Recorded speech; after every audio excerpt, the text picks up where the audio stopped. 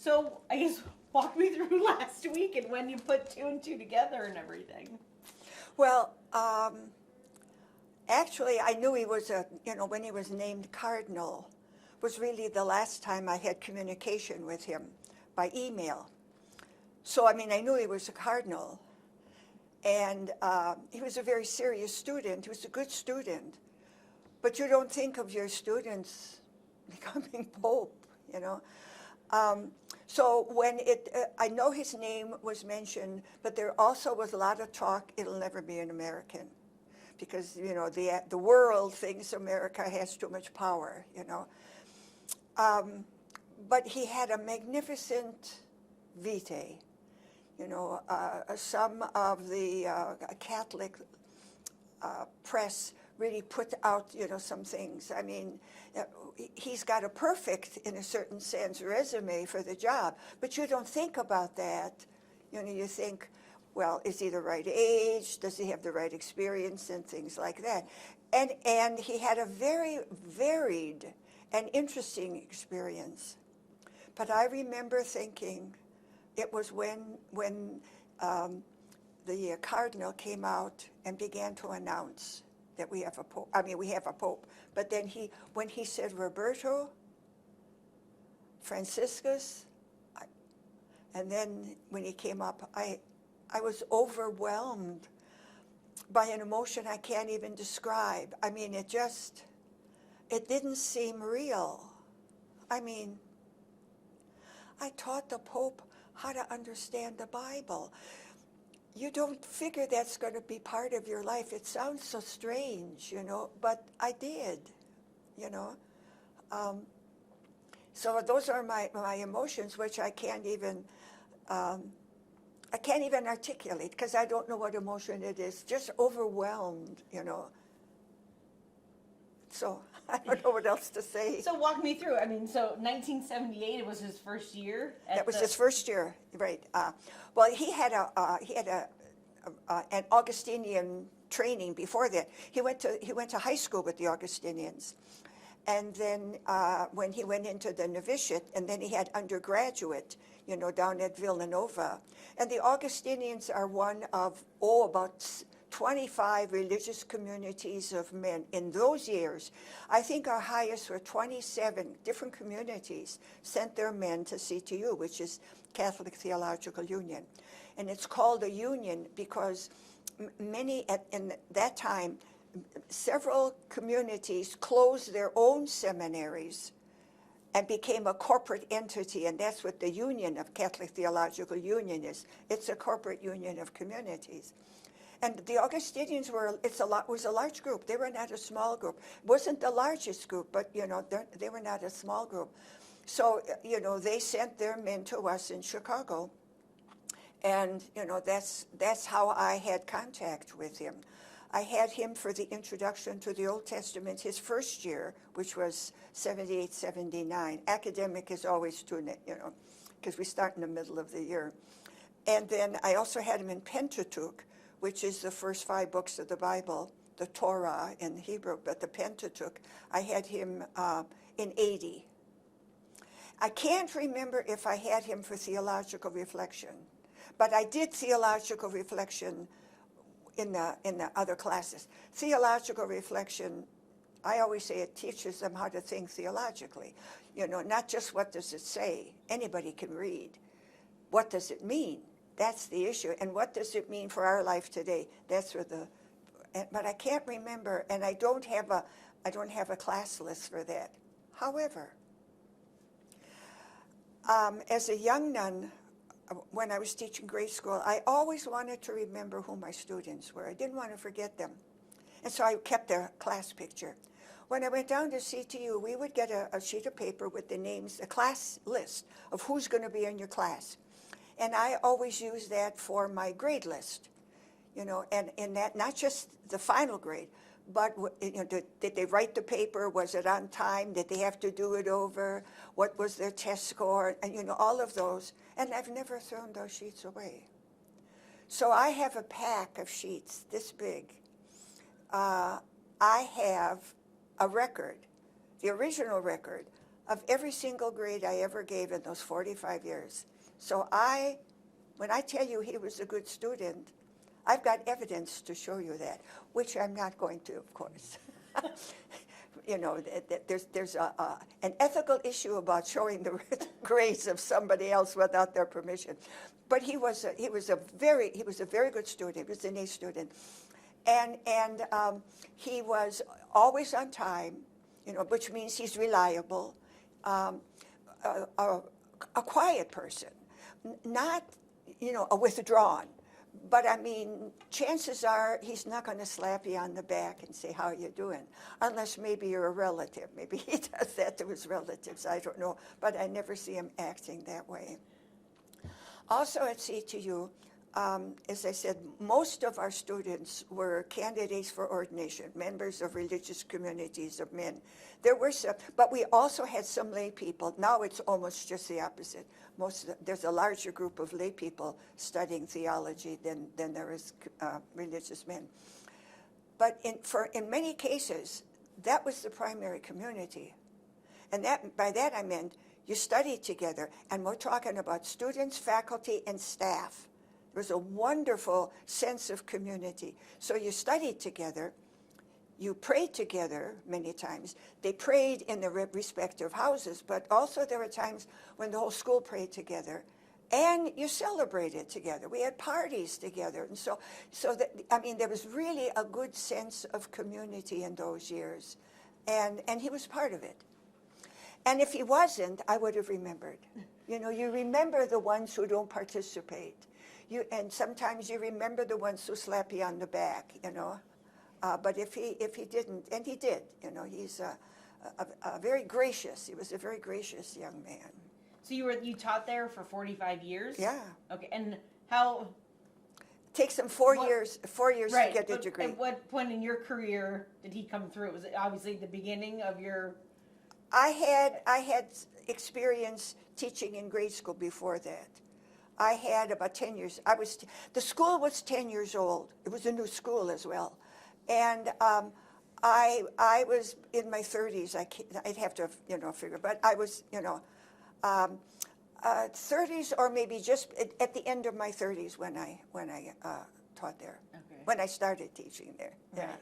And I guess you said he was a good student, and did you follow his career? Did you follow all the young? No, but what I found interesting, and I was aware of this, and it was not the way all of the Augustinians were.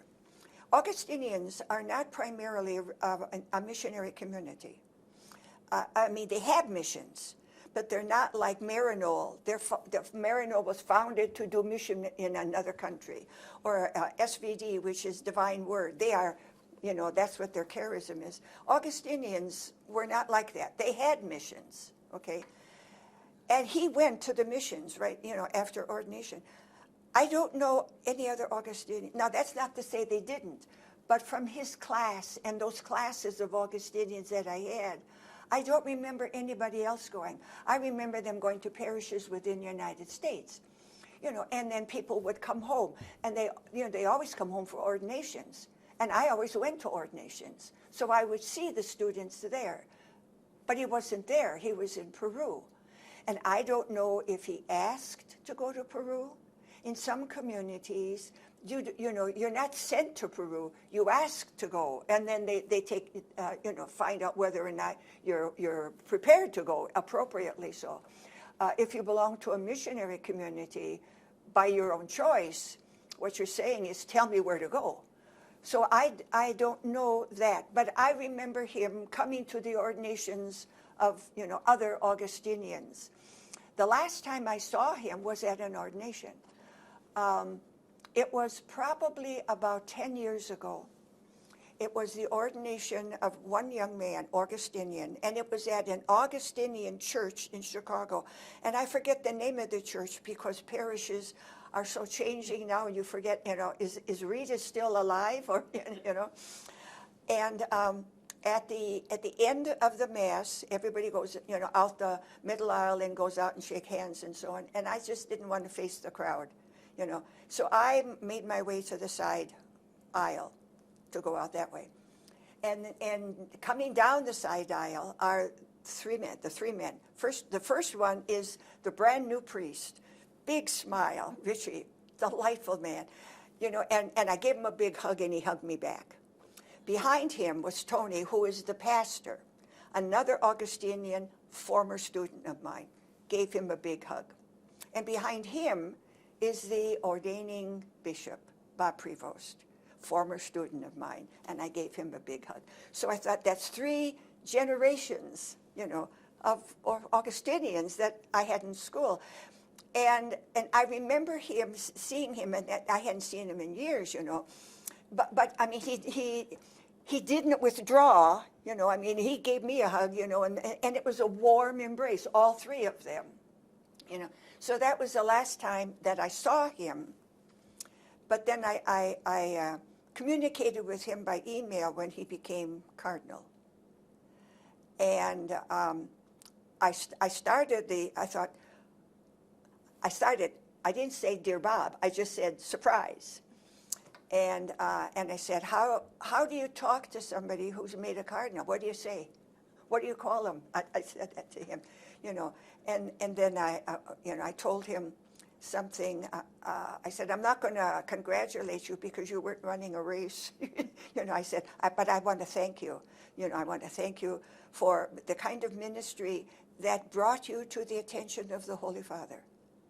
You know, and I thanked him. And I also said this, and I've said this many times. I've always felt the greatest privilege of my life was to be part of the theological preparation of future ministers of the church. I taught those people, and I was part of shaping them into be the kind of ministers. Sometimes I taught them despite themselves. I'm not saying I'm good, but you're part of something, and that's always been a great privilege, I think. And I told them that. And then they said, "And I thank you for that." It was just a short little thing. And the very next day, I got an answer back. And "Dear Dianne," you know. And then he said, "Yeah, it was a surprise." And he said that I didn't expect it was going to happen. He said, "Usually, we expect that if you're named a prefect of a dicastery, eventually you will be a cardinal." He said, "But I didn't think it was going to happen this fast." He said, "But then I got to realize that's how Francis acted." And then he thanked me, you know, for my part in his formation. And he signed it fraternally Bob, you know, which I cherish, you know. I mean, it's friendly, but it's not slap on the back. I mean, there's not a distance, but a propriety. Formality. That's right. But it's a warm formality. It's a warm formality. So that was my last. And I know there are people like our president from CTU who will be going. She's going with the Augustinians from Chicago, which is his, you know, province, you know. Right. So will you email him again, and will you address him Bob? The answer to the last question, of course, is I know I won't do that, you know, but because how inappropriate to call the Pope Bob. But I'm not yet ready to call him Holiness, you know. He has to prove himself. I know you said he was sort of shocked that he'd sort of risen to that a quick, cardinal. I mean, that fast. You think he was at a holy yeah. cow moment when he, you know. Well, but when he was appointed the prefect, he said, you know, and that's the process. So he said, but he was surprised it was so quickly. But you look at his, you know, his resume. I mean, he's 20 years with the poor in a foreign country, so committed to them, he becomes a national, a citizen. And you don't turn that off. First of all, it's got to be there for you to stay there for 20 years. So he's got that kind of a commitment. And that he names himself after Leo XIII, who was the champion of the working class. You know, and just the little bits that, you know, are reported now when he speaks to this group or to that. He talked to journalists today, I guess. And I just read a couple of, clips of it, and very profound. The seriousness of the position of being a journalist, and how important it is in a world that does not always favor, is not always supportive of the true news. Those are dangerous words in our world. To be committed to the poor, to be committed to refugees, to be committed to immigrants can be extraordinarily dangerous in the world today, in this country. He's not the type that will start a fight, but he's not the type that will run away from it. I mean, he will stand for truth. He will take a stand and call the church to join him in taking the stand. That much you can tell by what he has done so far.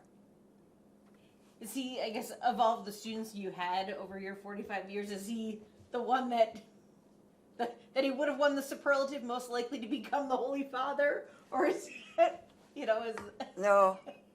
I mean, which one would you choose? He was, let me see, how old would he have been? 25? When you look at a 25-year-old, that's not what you think of. No. But somebody has to be Pope. Somebody has to be a teacher of the Pope, a former teacher. But you don't expect it's going to be you. And you don't expect it's going to be somebody that you know. But it is. Yeah.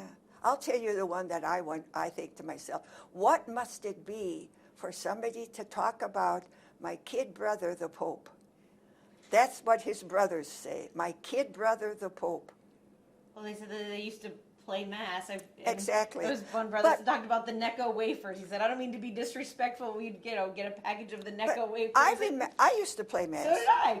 We used to play, that's what kids did, There's a certain, time in your life when you're exceptionally pious, around the 4th grade,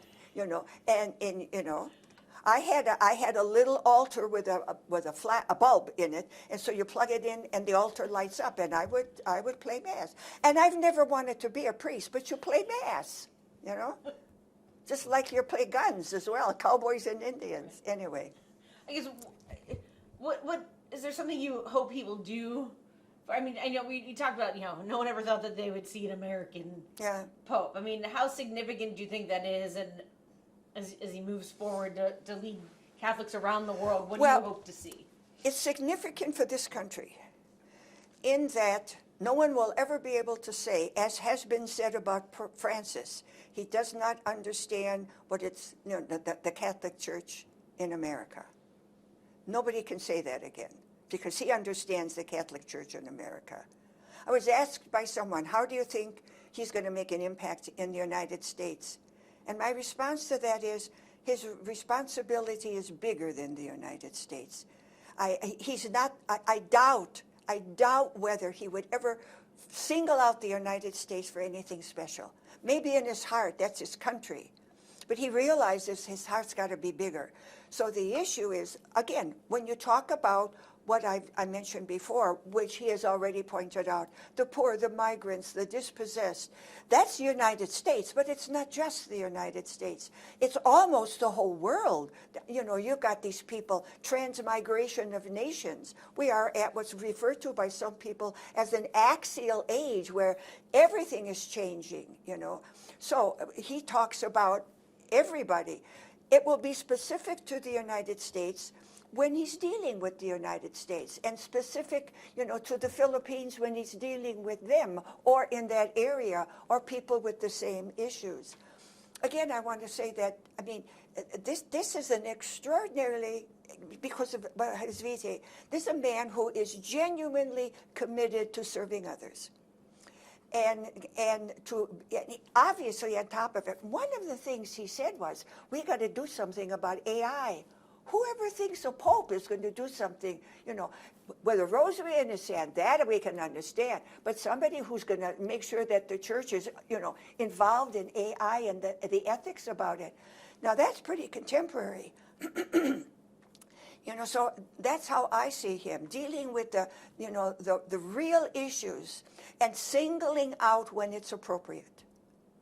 But not with I don't think the wrong kind of bias.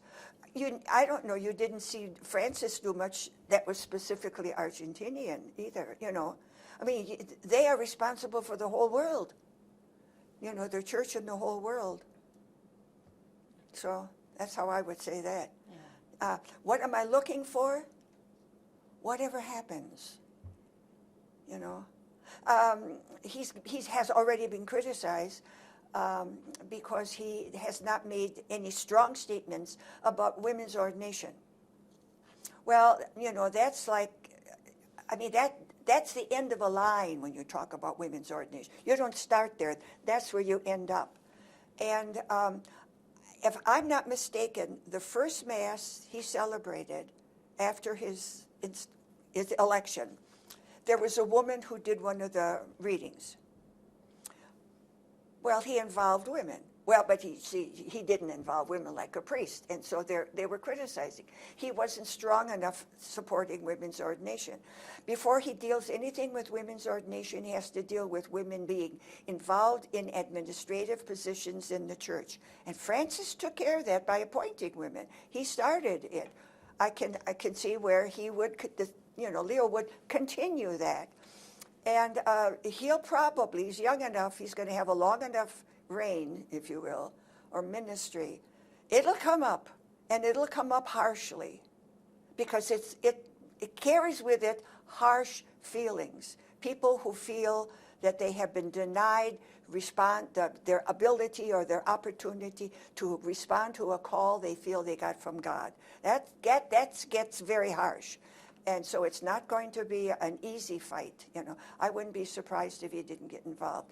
But I mean, don't start, with that one. There'll be others, And there are women who are ahead of dicasteries. We got women in the curia now. So if you walked in here, what would you say to him? Hello. So how's your life going? Is what I say. I would embrace him. I would give him a hug. And he would, I'm sure, would hug me back. And then I wouldn't know what to say. Because he was a good student, so you couldn't even say, when you failed my class, I didn't think you were going to make it or something. And No. Is there anything else important that... I don't know, that's about all that... Starstruck, I guess? It's still, I don't, what do you say? What do you say? I taught the Pope. Well, but that's not fair to say, because it almost sounds like he was exceptional and everybody else was normal. And that's not the way it was. This was normal. This is a normal young man willing to give his life to the ministry, the people of God. Willing to go out of his country as a normal young man in his 20s, and go to another country and live and work with the poor, and this is what can happen when people are willing to serve others. Did I recognize that? Either the answer is no, or I recognize there's a possibility in everybody who is at our school because they want to serve. Not because they want to get a degree, because they want to serve. And we all know that's not where the money is. So it could have been anybody, but it wasn't. It was him. Well, now he has a Pope mobile. And that's right. That's right. Well, I mean, is it worth going through all of that just to get the Pope mobile? I mean, how many teachers would he have had over the years? I mean, how many, Well, okay, let's say, I'm not sure. Somebody said that in 81, he was not there in 81, and I'm not sure about that. It's a 4-year, the program is considered a 4-year program, okay? And you normally have he was still in the quarter system, which means full-time is 2 courses a quarter. 2 courses a quarter, which means 6 courses a year. So 6 times 4. That's about how many classes there would be. toward the last year, it's all, you know, practicum then. So you learn how to do confession. You learn how to, you know, celebrate the Mass, and you know, but it's graduate theology, and that's not easy. And he would be carrying a full load like that. I don't think he did it in 3 years.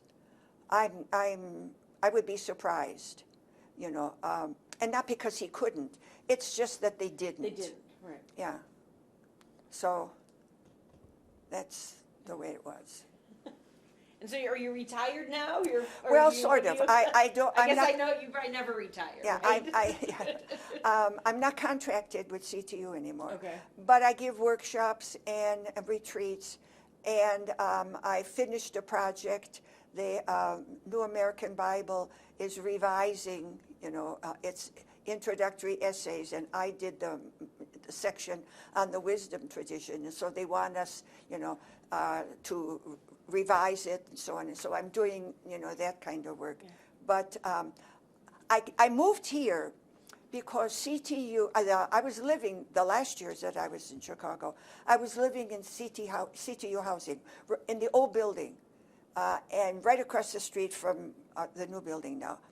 And they sold it. They sold it, and I had given away most of my apartment and dishes and everything, and I didn't want to start up another apartment and go and get dishes and all of that stuff. And besides, it was during COVID, and all classes were taught online, and I thought I can teach my classes anywhere in the world. So I thought I can come back home here to the mother house and teach my courses, and that's what I did.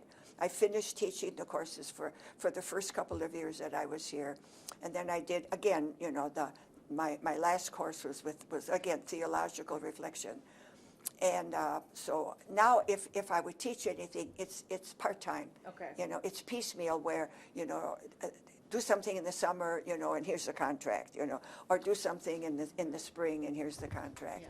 So that's what I'm doing. Are you originally from this area? I'm from Milwaukee. Okay. So yeah, I'm, you know. An upper Midwest girl. Huh? An upper Midwest That's girl. right, that's right, yeah. And you know, if you go anywhere, you either go to Greenbay first or you go to Milwaukee first. So, you know, I know it well.